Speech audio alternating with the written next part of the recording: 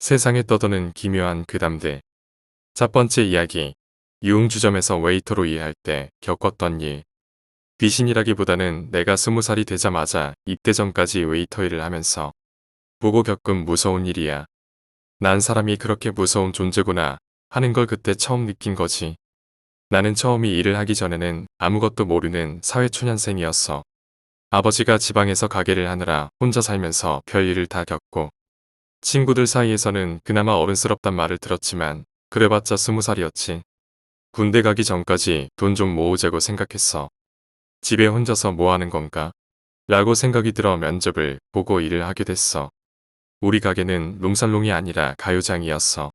하루에 2방 3방 아무리 바빠도 7방을 넘긴 적이 없는 방 4개짜리 가게였는데 사장이 여사장이어서 그래도 좀 편하게 일을 했지.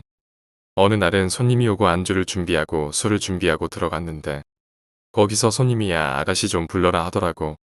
그래서 알겠다 하고 아가씨 사무실에 전화를 하고 불렀는데 2명이 왔는데 1명이 너무 이쁜 거야. 아가씨들도 가격이 다른데 나이가 좀 있으면 2시간 6만원. 젊고 이쁜 아가씨들은 9만원에서 7만원이거든.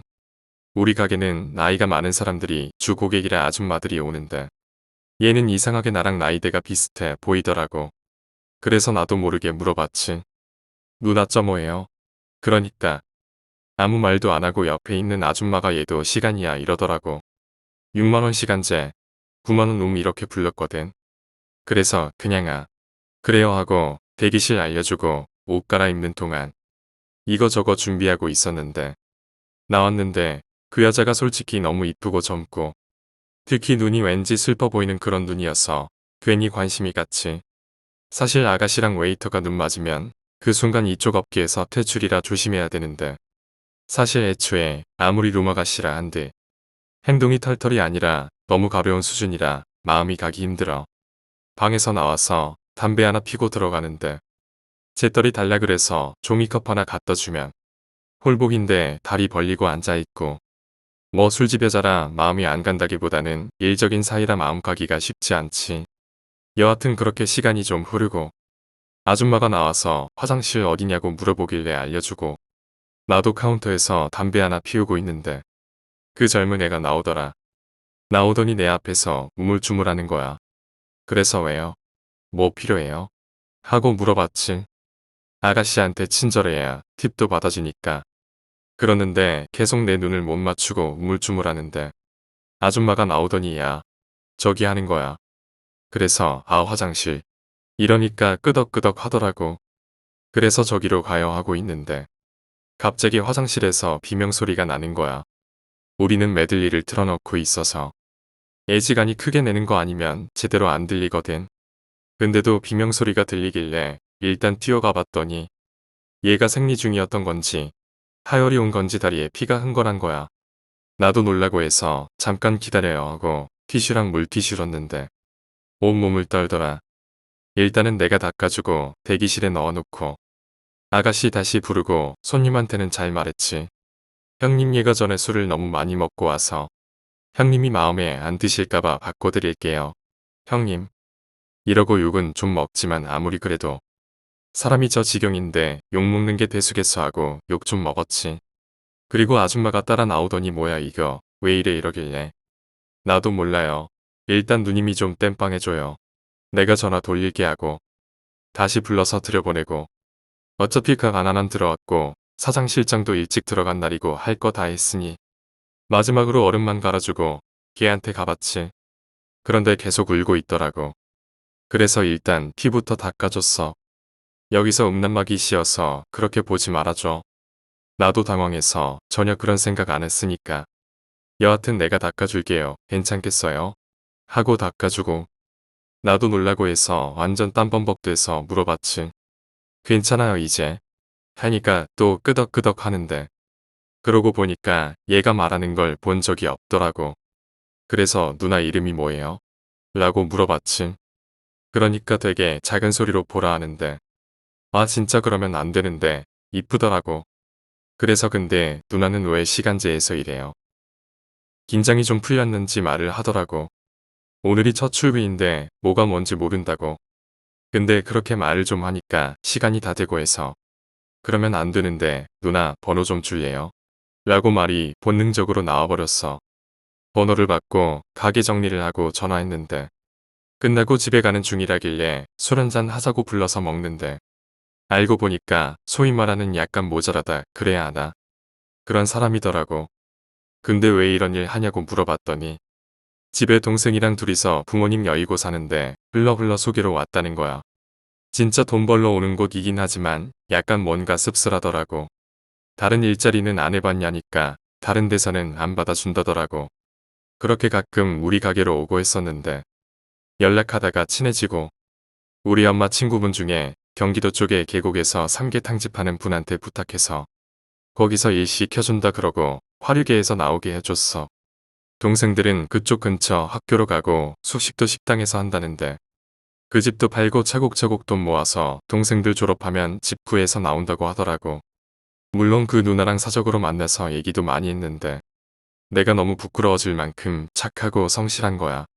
그런 사람이 그쪽 일을 했다는 게 믿기지 않을 만큼 말이야. 오랜만에 생각나서 연락하니까 일한다고 바쁘다고 전화 끊었어. 나쁜 가시네. 여기에는 약간 몸풀기로 씁쓸하고 해피엔딩이라면 이제부터 해피 따위는 없는 진짜 얘기를 해줄게. 많고 많은 양주 중에 완전 고급이 아닌 가게들에서는 보통 윈저, 임페리얼, 스카치블루 계열로 많이 팔 거야. 시파스나 살루트 같이 고급 계열은 거의 없다고 봐야겠지. 그 중에 베스트는 윈저와 임페리얼 왜냐? 싸거든. 특히 임페는 술보다 여자 만나려 오는 사람들한테는 베스트 아이템이지. 그리고 나는 윈저에 대해서 얘기하려고 하는데 만약에 친구끼리 1종 단란해서 먹는다면 윈저는 피하거나 주의하라고 말하고 싶어. 만약 안 취해서 갔다면 꼭 술 오픈은 자기가 할 것. 왜냐면 다른 술은 안 되지만 윈저는 술을 다시 넣을 수 있는 방법이 있거든. 그래서 소위 빙술이라는 게 많이 들어가지. 특히나 콜라들한테는 말이야. 다른 술은 그런 게 안 되니 안심해. 사장 아는 사람들이 오면 빙술이 정말 당연하다는 듯이 들어갔고 하물며 스카치나 임팩까지 섞어서 쓰니 그냥 똥술이라는 게 맞겠다. 그런 걸 18만 원 받고 먹으라면 먹겠어. 그리고 이상하게 웨이터들이 심하다 싶을 만큼 자주 들어올 때가 있을 거야. 아가씨랑 얘기를 하다가 흐름이 뚝 끊길 수 있지. 그럴 때는 얼른 팁 주거나 가게에 들어가서 아가씨 오기 전에 돈을 줘버려라. 그럼 정말 얼음 갈고 재떨이 가는 거 말고 쓰잘데기 없이 들어오는 일은 없을 거다. 그리고 10,000원 이렇게 말고 30,000원씩 줘라. 물론 주고 싶다면 말이야. 웨이터들이 맘먹으면 분위기 망치고 즐겁게 못 놀게 하는 거 일도 아니거든. 사실 시간도 1분씩 빼는 걸 2분마다 하면 거의 2시간 놀 거 1시간 20분 노는 거다. 난 진짜 진상에 팁 안 나오면 그렇게 했어. 아가씨도 좋고 가게도 좋지만 손님은 사실을 모르니 손님만 불쌍한 거지. 진상은 아가씨가 먼저 시간 빼달라고 하니까 알아두고 제발 아가씨 좀 심하게 만지지 않았으면 싶다. 그래도 사람인데 변태처럼 만지면 기분 나쁘지. 나 일할 때만 해도 아가씨 심하게 만져도 어쩔 방법이 없었는데 지금도 그런지 몰라도 그러지 않았으면 싶어. 차라리 마음 편하게 청량리를 가던지. 화류계 쪽에서 일하는 사람들은 다들 가명이고 네가 강동원 원빈의 연봉이 6천이 아니면 마음을 주지 않는 사람들이니 그걸 알고 마음 쓰지 않았으면 좋겠다. 두 번째 이야기, 심야의 주유소. 대학교 3학년 여름방학. 나는 24시간 운영하는 주유소에서 심야 아르바이트를 했습니다. 그 주유소는 손님이 직접 기름을 넣은 후 영수증을 가져오면 사무실에서 정산을 하는 형태로 운영되고 있었습니다. 심야에는 2명이 같이 일을 하는데 한 명은 아르바이트생이고 다른 한 명은 주유소 사장 부부가 하루씩 교대로 들어오고 있었습니다. 사장네 집은 주유소 맞은편에 있어서 한밤중에는 사실 집에 들어가 자는 일이 많았죠. 그래서 실질적으로 심야에는 나 혼자 주유소를 보는 셈이었습니다. 그 동네는 한밤중이 되면 폭주족들이 몰려오는 걸로 유명한 곳이었습니다. 그렇기 때문에 한밤중 주유소를 찾는 손님들은 대개 남자 혼자 스포츠카를 몰고 오는 경우가 많았습니다. 한밤중에는 손님이 그리 많지 않기에 나는 사무실에 앉아 대학 논문을 쓰며 시간을 때우곤 했습니다. 아르바이트를 시작하고 3주가량 지났을 무렵 한 남자 손님이 왔습니다. 그 남자는 우리 주유소 단골로 30대 정도 되어 보이는 호리호리한 사람이었습니다. 매번 같은 푸른 스포츠카를 타고 오곤 했죠. 나는 별 생각 없이 주유하고 있는 남자를 사무실 창문 너머 바라보고 있었습니다. 남자는 갑자기 자기 목 뒤를 왼손으로 벅벅 긁기 시작했습니다. 10초 정도 지나자 긁는 것도 멈췄지만 주유를 마치고 계산을 하려 남자가 사무실로 오자 아까 전처럼 목 뒤를 긁기 시작했습니다. 나는 목이라도 물렸나 싶어 신경 쓰지 않았습니다. 다음 날도 아르바이트를 하고 있는데 이번에는 금발의 20대 남자가 왔습니다.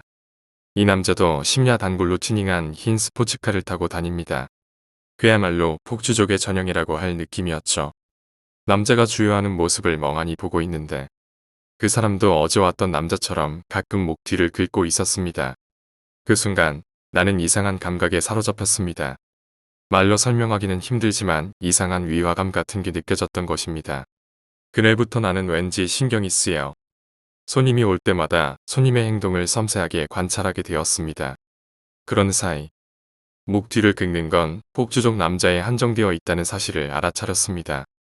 다만 알아차렸다고 뭐가 달라지는 것도 아니고 그대로 하루하루 시간만 흘렀지만요. 그리고 여름방학이 끝나기 일주일 정도를 남겨둔 어느 밤 나는 무서운 체험을 하게 되었습니다. 그날 밤 역시 단골인 30대 남성이 푸른 스포츠카를 타고 주유를 하러 온 터였습니다. 나는 논문도 다 썼겠다. 딱히 할 것도 없어 평상시엔 눈길도 안 주던 CCTV 화면을 멍하니 바라보고 있었습니다. 카메라는 주유기마다 하나씩 달려있고 손님이 주유기를 조작하면 얼굴 정면을 비스듬히 비추는 형태였습니다. 나는 남자가 찍히고 있는 CCTV 화면을 바라보고 있었습니다. 그런데 무언가 위화감이 느껴집니다. 모니터에는 남자의 정면이 보였습니다. 그리고 그 오른쪽 어깨 뒤에 축구공 정도 크기의 검고 둥근 덩어리 같은 게 찍히고 있었습니다. 자세히 보니 그것은 긴 머리를 한 여자의 얼굴이었습니다. 여자는 공허한 눈을 한 채 입을 해벌레 반쯤 벌리고 있었습니다. 생기라고는 전혀 느껴지질 않는 얼굴입니다. 그런 꼴을 한 채 남자 어깨 뒤에 찰싹 붙어 있는 것입니다. 남자에게는 그것이 보이지 않는 것인지 아직 눈치채지 못한 것인지 아무렇지도 않은 듯 주유기를 다루고 있었습니다.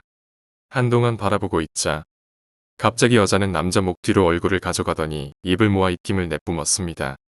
그러자 남자는 자기 목 뒤를 오른손으로 긁기 시작했습니다.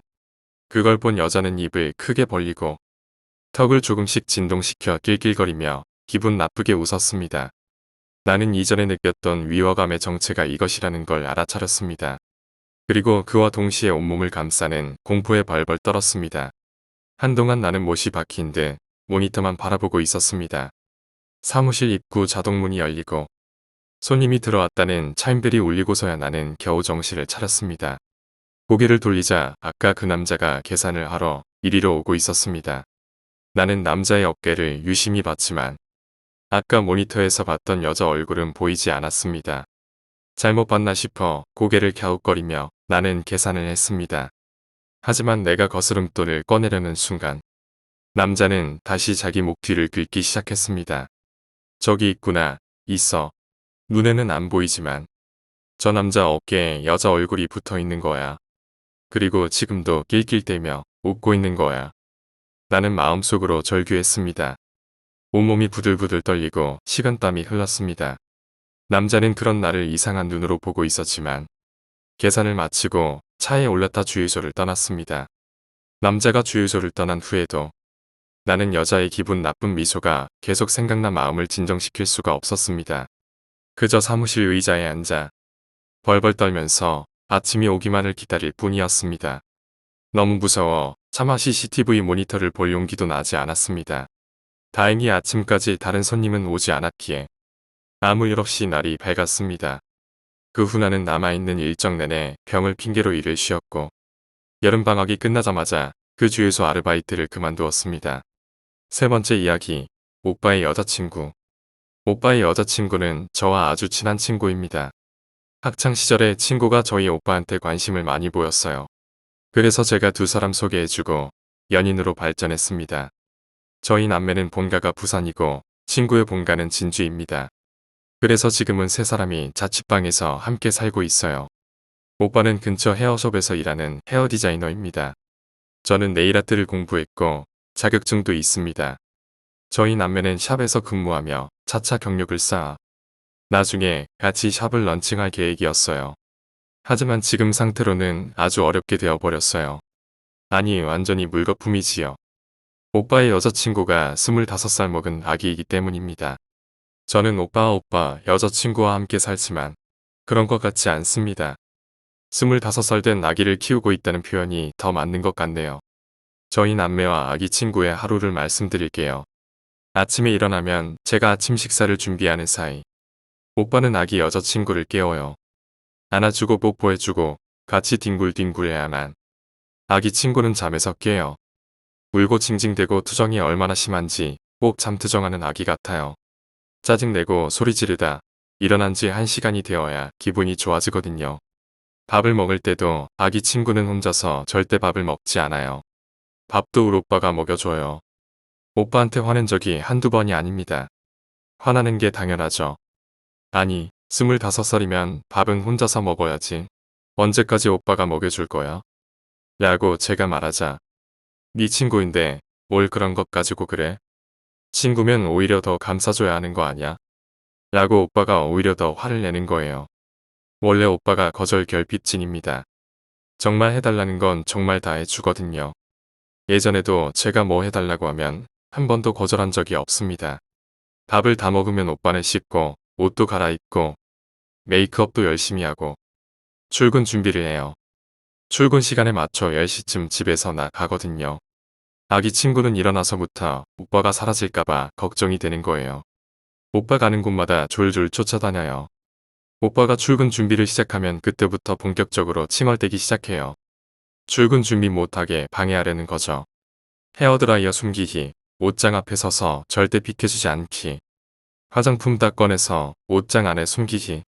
아기 같은 여자친구 때문에 시간이 배로 걸려요. 오빠가 나갈 시간이 된 것 같으면 현관 앞에 서서 울먹여요. 출근 못하게 하려고 감시까지 합니다. 조금만 제스처가 보여도 눈물이 비죽비죽 오빠가 이제 가야 된다고 인사를 하면 그땐 완전히 폭발합니다. 매달려서 울고불고 옷 잡아당기고 손 잡아당기고 다리 잡아당기고 눈물을 뚝뚝 흘리면서 그래도 안 되면 가지 말라고 소리까지 질러요. 아기 같은 친구 겨우겨우 말려서 떼놔도 출근이 매번 늦어집니다. 오빠가 나가면 아기 친구는 1시간이 넘도록 현관에 앉아서 엉엉 울어요. 제 방식대로 달래도 안 되고 오빠 방식대로 달래도 절대 되지 않아요. 정말 제가 울고 싶어집니다. 오빠는 그렇지 않은데 저는 달래다 안 되면 그냥 둬요. 1시간 울면 알아서 지치더라고요. 눈물 그치면 설거지하는 제 뒤에 딱 달라붙어서 우유를 달라고 합니다. 흰 우유는 절대 안 먹습니다. 온리 분유. 요플레나 요구르트는 떨어져도 분유는 떨어지면 절대 안 됩니다. 분유가 주식이라 하루에 3번 4번씩 먹으니까 분유도 매번 사야 해요. 요즘 분유값도 만만찮습니다. 저는 오빠와 달라서 울고 떼쓴다고 무조건 받아주지 않고 안 되는 거 분명히 거절하는 스타일이어서 분유 달라고 보챌 때마다 화를 냅니다. 근데 울면 시끄러워지니까 다 줄 수밖에 없어요. 컵에 주면 또 난리가 납니다. 젖병에다 줘야 돼요. 세상에 25살이나 되어서 젖병 찾는 사람이 어디가 있나요? TV도 매일 보는데 보통 20대 여자들이 좋아하는 드라마 절대 안 봐요. 하다못해 무한도전 같은 예능이나 뮤직뱅크 같은 음악 프로에도 관심 없어요. 매일 EBS에서 하는 유아 프로만 봐요. 딩동댕 유치원 같은 거요. EBS 빼고 채널 돌릴 일이 절대 없습니다. 친구가 뽀로로나 뿡뿡이, 코코몽 후토스도 굉장히 좋아합니다. 거실에 누워서 젖병을 물고 뽀로도 뿡뿡이, 후토스 DVD를 봐요. 문제는 제가 꼭 옆에 같이 누워서 봐야 한다는 겁니다. 절대로 혼자 못 있어요. 분유를 먹으면서 뽀로로나 코코몽을 본다고 해서 기분이 좋은 것도 아니고요. 오빠가 돌아올 때까지는 저한테 계속 짜증을 내요. 5초마다 한 번씩 눈물 가득한 눈으로 울먹이며 제게 물어요. 오빠 어디 갔어? 샵에 출근했어. 왜? 오빠 돈 벌어야지. 오빠 언제 와? 8시 넘으면 올 거야. 오빠 어디 갔어? 미용실 출근했잖아. 왜? 왜 갔어? 오빠 일해야지. 왜? 일 왜 해? 돈 벌어야 되니까. 왜? 돈을 벌어야 너한테 맛있는 고기도 사주지. 오빠 언제 와? 8시 30분 되면 와. 오빠 어디 갔어? 미용실 갔어. 저녁 되면 올 거야. 저녁이 언제야? 어두워지면 저녁이지. 오빠 거기 왜 갔어? 아, 일하러 갔어. 무슨 일? 머리하러 오는 사람들 머리 해주는 일. 오빠 언제 와? 몇 번을 말해. 8시 30분 되면 온다니까. 정말 위에 쓴 대화는 약과입니다. 저 대화 곱하기 무한대라고 보시면 됩니다. 5초마다 한 번씩 똑같은 질문을 하니까 정말 짜증이 납니다. 이런 말 해선 안 되지만 옆에 놓인 분유통이나 리모컨 던지고 싶은 적도 한두 번이 아니에요. 딱 달라붙어서 절대로 안 떨어집니다. 아주 껌딱지를 붙이고 살아요. 하루 종일 씻기고 놀아주고 TV 보고 밥 먹이고 노래 불러주고 동화책 읽어주고 청소며 빨래 설거지 같은 집안일은 오빠가 오기 전까지 제가 절대 할 수가 없어요. 친구는 음악 듣는 것도 좋아해요. 물론 최신곡이나 가요. 아이돌에는 별 관심이 없어요. 멋쟁이 토마토나 곰 3마리 수준의 동요를 아주 좋아합니다. 오래전에 친구가 인터넷으로 아기 동요 CD를 사놨더라고요. 그거 매일매일 아침 점심 저녁으로 틀어달라고 합니다. 유일하게 듣는 가요는 이승기 노래입니다.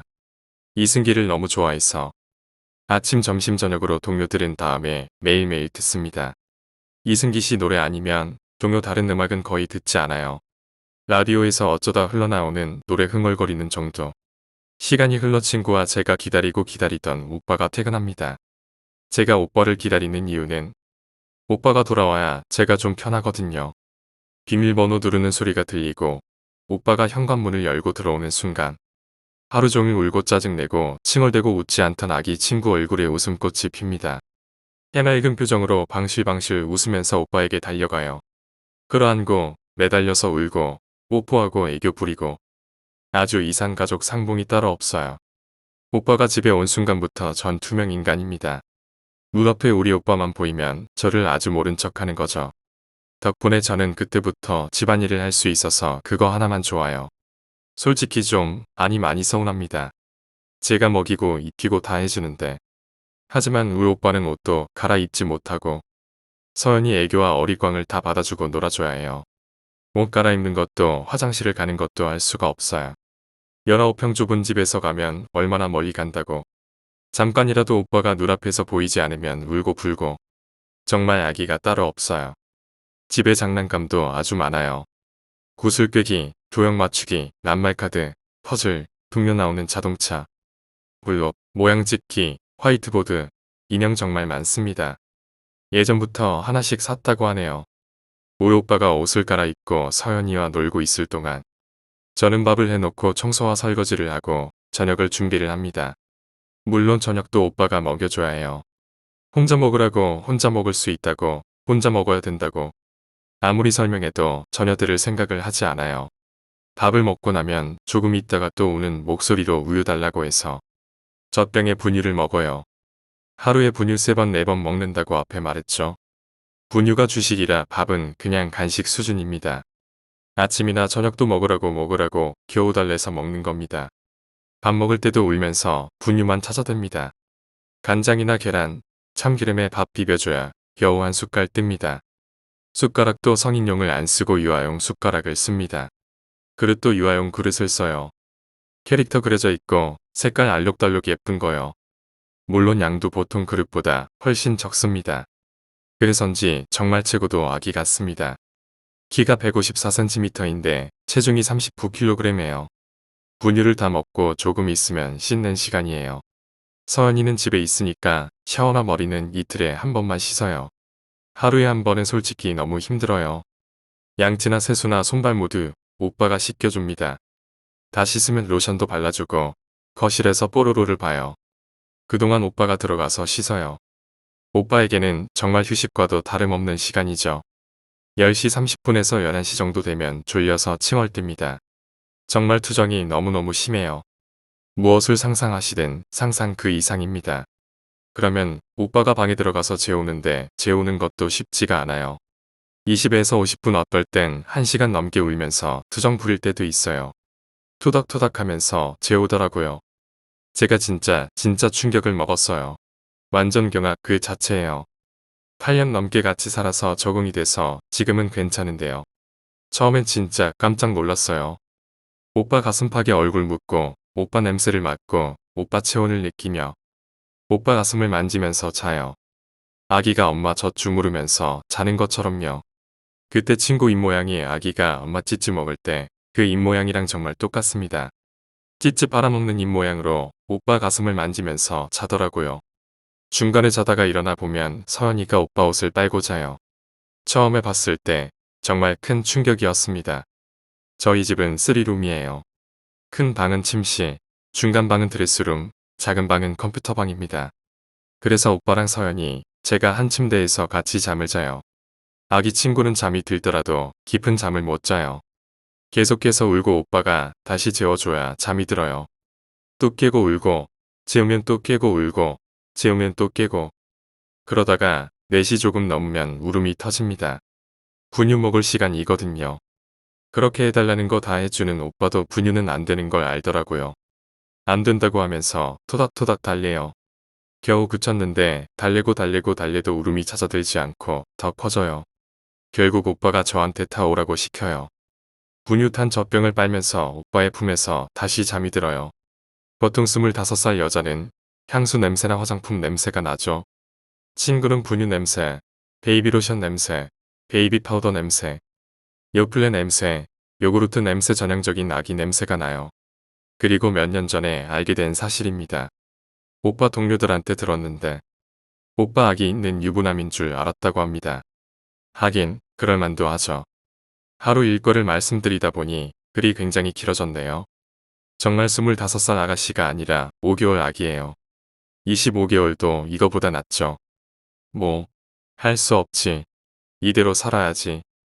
오빠는 정말 미련한 소리만 하고 있어요. 제가 너무너무 답답해서 글 올리는 겁니다. 어떻게 하면 우리 오빠를 설득할 수 있을까요? 제 친구가 왜 그런 건가요? 평소에 오빠나 제가 없으면, 특히 오빠가 없으면 너무너무 무서워하고 두려워하고 초조해합니다. 혹시 이거 불안장애인가요? 아니면 의존성 성격장애, 의존장애 같은 건가요? 의존성 성격장애나 불안장애 자가진단법은 혹시 없을까요? 자가진단을 해서 결과가 나오면 우리 오빠를 설득할 수 있지 않을까요? 아기 친구에게 앞으로 어떻게 해야 할까요? 6년 넘게 오빠가 한 것처럼 하면 될까요? 울면 달래주고, 해달라는 거 다 해주고, 휘껴주고, 먹여주고, 입혀주고, 안아주고, 업어주고, 언제까지 이렇게 아기 키우듯이 해야 할까요? 제 생각엔 그렇게 하면 안 될 것 같거든요. 안 되면 울고 소리 지르고 떼쓰는 버릇도 오빠가 다 해주니까 그런 거잖아요. 우리 오빠가 잘못한 거라고 생각합니다. 병원을 가면 서연이에게 어떤 치료를 해주시나요? 서럽게 울고 마음대로 안 되면 떼쓰고 소리 지르고 칭얼대고 징징대고 짜증내고 보채고 이럴 나이도 훨씬 지났잖아요. 아니 다 필요 없고 손가락 빠는 것만 하지 않았으면 좋겠어요. 아침에 밥 먹을 때도 분유 먹을 때도 TV 볼 때도 요플레나 요구르트 먹을 때도 음악 들을 때도 DVD 볼 때도 점심 먹을 때도 낮잠 잘 때도 놀 때도 칭얼댈 때도 저녁 먹을 때도 씻길 때도 하루 종일 손가락을 너무너무 굉장히 심하게 빨아요. 얼마나 심하게 빨면 손이 빨갛게 되고 빨 때 쪽쪽 소리가 크게 들리겠어요. 특히 심심하거나 졸리면 평소에도 손을 더 심하게 빨아요. 원하는 건 뭐든지 다 해주는 우리 오빠도 손을 빨면 하지 말라고 할 정도예요. 잘 때 오빠 가슴팍에 푹 안겨서 손을 입에 넣고 촉촉 소리 내어 빨고 오빠의 가슴을 만지는 모습이 정말 엄마와 갓난아기를 보는 기분이에요. 우리 오빠가 잘 때는 손 못 빨게 하니까 빨아먹는 입모양을 하는 거예요. 지금 제가 말씀드렸던 친구의 모든 행동들, 손가락을 빨거나 울고 보채고 짜증내고 떼쓰고 소리 지르고 칭얼대는 건 병원을 다니면 나을 수 있는 건가요? 아니면 정말 우리 오빠 말대로 못 고치고 평생 이렇게 살아야 되나요? 정확히 불안장애인가요? 의존성 성격장애인가요? 아니면 분리불안인가요? 정보를 얻을 수 있는 사이트는 없을까요? 증세가 심각한 건가요? 그러면 혹시 입원 치료가 필요할 수도 있을까요? 우리 오빠한테 초강력 순간접착제처럼 너무너무 딱 달라붙어 있어서 떨어지는 거 죽기보다 싫어하는 애인데 입원을 해야 한다면 글쎄요. 게다가 요즘 폐쇄병동 문제 많잖아요. 인권유린이다 뭐다 해서 특히 더 열악한 병원은 완전 학대 수준이라는데 제 베프이자 제가 사랑하는 오빠의 소중한 여자친구인데 어떻게 그런 곳을 보내나요? 전화해서 정신병자 있다고 하면 바로 데려간다고요? 그러다간 멀쩡한 사람도 이상해질 것 같아요. 차마 그런 짓 못할 것 같아요. 네 번째 이야기. 편의점의 점장. 내가 편의점 아르바이트를 할 무렵 이야기다. 대학생이던 시절. 나는 도쿄 로컬선 역 앞에 있는 편의점에서 심야 아르바이트를 했다. 그 가게 점장이던 유 씨는 무척 특이한 사람이었다. 유 씨는 무척 인품이 좋은 분이라 손님은 물론이고 아르바이트생들에게도 친절하게 대해주었다. 원래 그 편의점에서 아르바이트를 하다가 점장까지 맡게 된 입지전적인 인물이었기에 점장이라고는 해도 당시 고작 24살이었다. 그 탓인지 나이가 비슷한 내게 무척 잘 대해주었고 나도 마치 형처럼 따랐다. 유 씨는 정말 누구에게나 친절했지만 사실 학창시절에는 지역에 소문이 날 정도로 유명한 양아치였다고 했다. 옆 동네에 살던 아르바이트 동료의 말에 의하면 학교 다닐 무렵에는 눈도 못 마주칠 정도였다나 그 탓인지 유 씨는 어떤 사람을 만나도 겁에 질리는 일이 없었다. 양아치부터 야쿠자, 또라이에서 외국인에 이르기까지 어떤 사람이라도 손님이면 친절하게 맞이한다. 하지만 상대가 도를 넘은 짓을 하면 그대로 목덜미를 낚아채 가게 밖으로 던져버리는 단호한 남자가 바로 유 씨였다. 그렇지만 그건 어디까지나 상대가 아르바이트를 낮잡아보고 막대하거나 상품을 일부러 손상시키는 짓을 하는 등 도를 넘었을 경우에만 나오는 행동이고 그 외에는 언제나 상냥하고 친절한 사람이었다. 이 이야기는 우연히 심야 아르바이트 동료가 병 때문에 빠져 유 씨와 내가 같이 가게를 지키던 날의 이야기다. 그날은 일요일로 막차가 끊기고 1시 반에 상품 미파가 끝난 터였다. 3시 반에 잡지 신간 물량이 들어올 때까지는 손님도 끊기고 딱히 할 일도 없는 상황이었다. 대개 그런 날은 별것 아닌 이야기를 나누며 시간을 때우거나 그도 아니면 교대로 휴식을 취하곤 한다. 그날은 다음날 주문 관련 문제 때문에 유 씨가 카운터를 지키고 나는 사무실에 들어가 반품하기 위해 회수한 철 지난 만화책을 읽고 있었다. 편의점이 대개 그렇듯 우리 가게 역시 손님이 들어오면 가게 안에 멜로디가 흐르게 되어 있다. 나는 유 씨에게만 카운터를 맡겨놓는 게 미안해서 손님이 오면 계산 정도는 내가 해야겠다는 마음을 먹고 있었다. 그래서 만화책을 읽으면서도 뒤만큼은 신경을 곤두세우고 있었다. 하지만 그날 잡지 입할 때까지 가게에는 단 한 번도 멜로디가 울리지 않았다. 그래서 약 수십 분가량 나는 그저 천천히 만화책만 읽고 있었다. 몇 권 정도 읽고 나자 슬슬 질리기 시작해서 나는 크게 기지개를 켜고 사무실 안에 있는 CCTV 모니터로 슬쩍 눈을 줬다. 모니터에는 카운터에서 손님을 맡고 있는 유 씨의 모습이 비추고 있었다. 멜로디가 울리는 걸 못 들었나 싶어. 나는 당황해 사무실에서 뛰쳐나가려 했다. 하지만 그 순간 내 눈에 뭔가 이상한 점이 포착되었다. 원래 그다지 선명하지 않은 CCTV 영상인데다 모니터 하나로 가게 곳곳에 있는 5개의 카메라를 모두 중계하다 보니 칸칸이 나뉘어 가까이서 봐도 확실하게는 보이지 않는다. 그래서 나는 모니터를 조작해 카운터 쪽 영상만을 확대했다. 확대된 영상 속에는 온몸이 피투성이가 된 여자가 유 씨를 카운터 너머로 째려보고 있는 모습이 나오고 있었다. 나는 뭐가 뭔지 알 수가 없어 상황을 정리하려 무진 애를 썼다. 하지만 그러는 와중에 그게 현실적으로 존재할 수 없는 상황이라는 걸 알아차렸다. 우선 입구부터 그 여자가 서 있는 곳까지 전혀 피가 떨어진 자국 같은 게 보이질 않았다. 여자는 CCTV로 봐도 알 수 있을 정도로 옷까지 피에 물들어 새빨갰다. 그런 꼴을 했는데도 바닥에는 핏방울 한 없다니 분명히 이상했다. 그리고 더욱 기묘한 것은 여자의 머리였다. 어떻게 보더라도 움푹 파여있는 것 같은 모양새였던 것이다.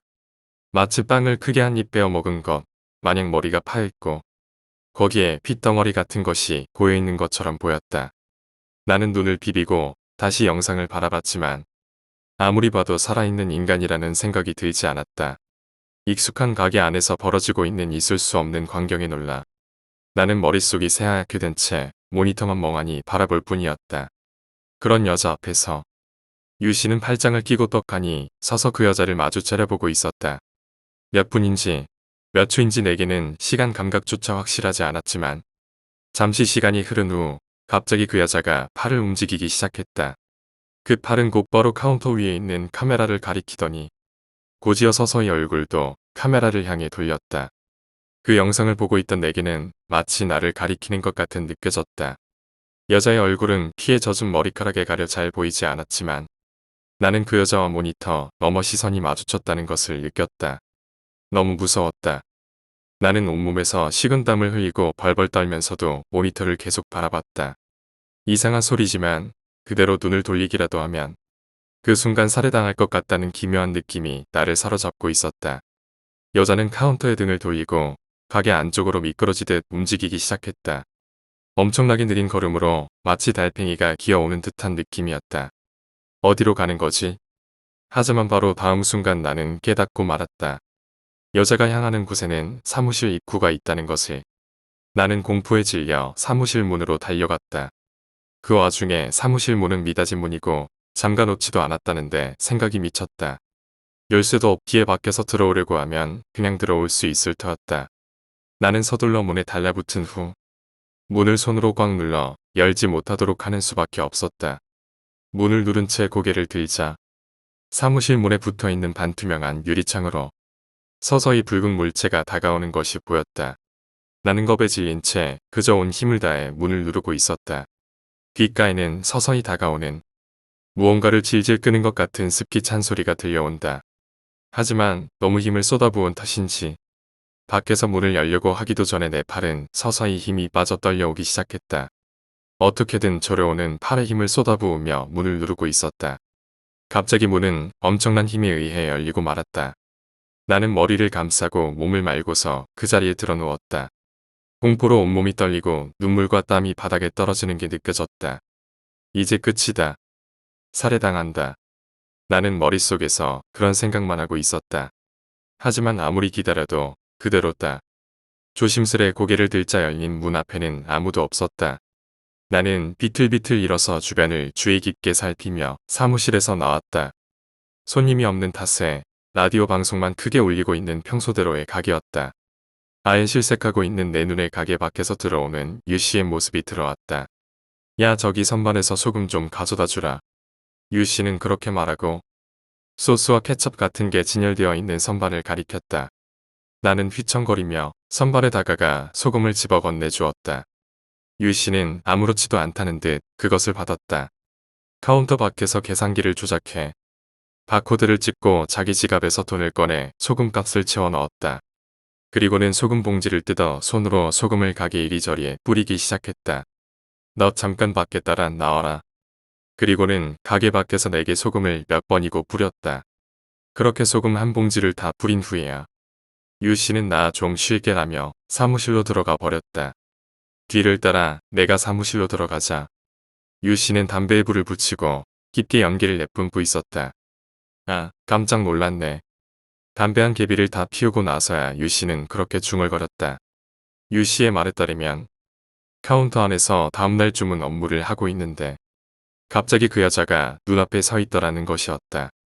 여자가 피투성이라는 걸 보고 유씨는 당황해 큰 부상이라도 당한 줄 알았다고 한다. 하지만 아무리 말을 걸어도 아무 반응이 없기에 자세히 봤더니 그제야 살아있는 사람이 아니라는 것을 깨달았다고 한다. 공포라는 걸 모르는 것인지 유씨는 귀신을 보고도 당황해하지 않고 그저 어떻게 해야 하나 고민하고 있을 뿐이었다고 한다. 그렇게 고민하고 있는 유씨에게 그 여자가 갑자기 소곤소곤 말을 걸어왔다. 같이 와줄래? 분명 내가 들은 것은 유씨의 목소리인데 그와 동시에 내 머릿속에서는 물속에서 들리는 것 같은 습기 찬 여자의 목소리가 울려 퍼졌다. 그 말을 듣고 유씨는 업무 중이라 안 됩니다라고 넌센스적인 대답을 건넸다고 한다. 그 순간 그 여자로부터 대단한 악의 같은 것이 흘러넘치기 시작했다며 유씨는 미간에 주름을 잡으며 말했다. 터무니없는 걸 만나고 말았다는 생각이었다. 하지만 먼저 싸움을 걸어왔는데 지고 있을 수는 없다는 생각에 마주 차려보고 있었다는 것이었다. 유씨는 쑥스럽다는 듯 머리를 긁었다. 그렇게 서로 한참을 마주보고 있는 사이 갑자기 여자가 감시 카메라를 가리키고 카운터에서 사라져갔다. 포기하고 돌아가는 줄 알고 마음을 놓았다며 두 번째 담배에 불을 붙이며 유씨는 말했다. 그런데 여자가 가게 출입구를 지나 사무실 입구로 향하기에 당황해서 뒤를 쫓았다고 한다. 유 씨가 여자를 따라잡자 여자는 이렇게 중얼거렸다고 한다. 내가 안 된다면 저 녀석을 데려가겠다. 방해하지 마라. 나는 등골이 오싹해지는 걸 느꼈다. 그 말을 들으니까 어딜 감히 내 아르바이트생을 건드리냐는 생각에 머리에 피가 치솟더라고. 그래서 나도 모르게 머리채를 잡아 가게 밖으로 내던져 버렸어. 여자한테 손을 대다니 나란 놈은 한심하기 짝이 없지. 그렇게 말하면서 소년처럼 낙심하는 유 씨의 모습에 나도 모르게 웃음이 나왔다. 이런저런 이야기를 하는 사이 신간 잡지 입하가 들어왔기에 나와 유 씨는 그대로 업무에 복귀했다. 그렇게 잡지를 받아 진열하고 조간신문이 들어오자 점차 가게에 손님들이 오기 시작해서 그대로 평소처럼 바쁜 아침 업무가 이어졌다. 결국 그 귀신이 무엇이었는지 어째서 가게에 나타났던 것인지는 아직도 모른다.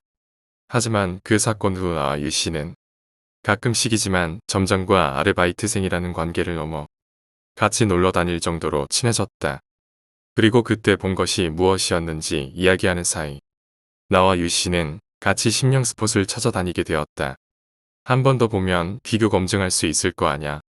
한 번 가지고서는 모자라다고. 데이터는 많을수록 정확하게 검증이 가능한 거라니까. 그렇게 말한 건 유 씨였다. 나도 그 발언에 동의했기에 딴 말을 꺼내기는 좀 그랬지만 그 말을 하면서 삼각김밥 판매 실적과 눈싸움을 하고 있던 유 씨의 모습이 계속 마음에 걸리는 건 어쩔 수가 없었다. 5번째 이야기, 바람둥이. H씨의 부인의 손가락에 대한 이야기다. 자주 다니던 술집의 단골 중 한 명으로 H씨라는 남자가 있었다. 평소 성격 좋고 얌전하게 보이는 남자로 나도 몇 번인가 사이좋게 술을 마신 적이 있는데 H씨는 젊은 부인이 있으면서도 어째서인지 여자 관계가 나쁘다는 단점이 있었다. H씨의 부인은 상당히 질투심이 강해서 견디기 힘들다라는 이야기를 H씨는 자주 푸념했었다. 몇 년 전 H씨의 나쁜 버릇이 나와서 가게의 여자와 바람이 나버렸다.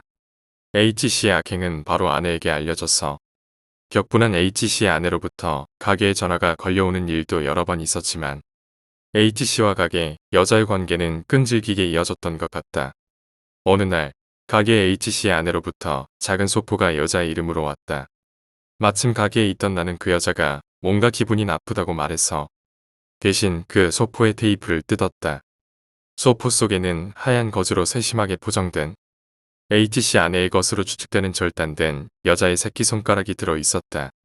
역시 이것에는 무서웠는지 여자는 H씨와 헤어지고 가게도 관두고 H씨도 가게의 얼굴을 내밀지 않게 되었다. 며칠 전에 나는 거의 잊어버렸던 H씨와 거리에서 우연히 만났다. H씨는 여성과 함께 있었는데 H의 아내입니다라고 인사를 한 그 여자의 손을 보니 오른손에 엄지와 검지 2개밖에 없었다.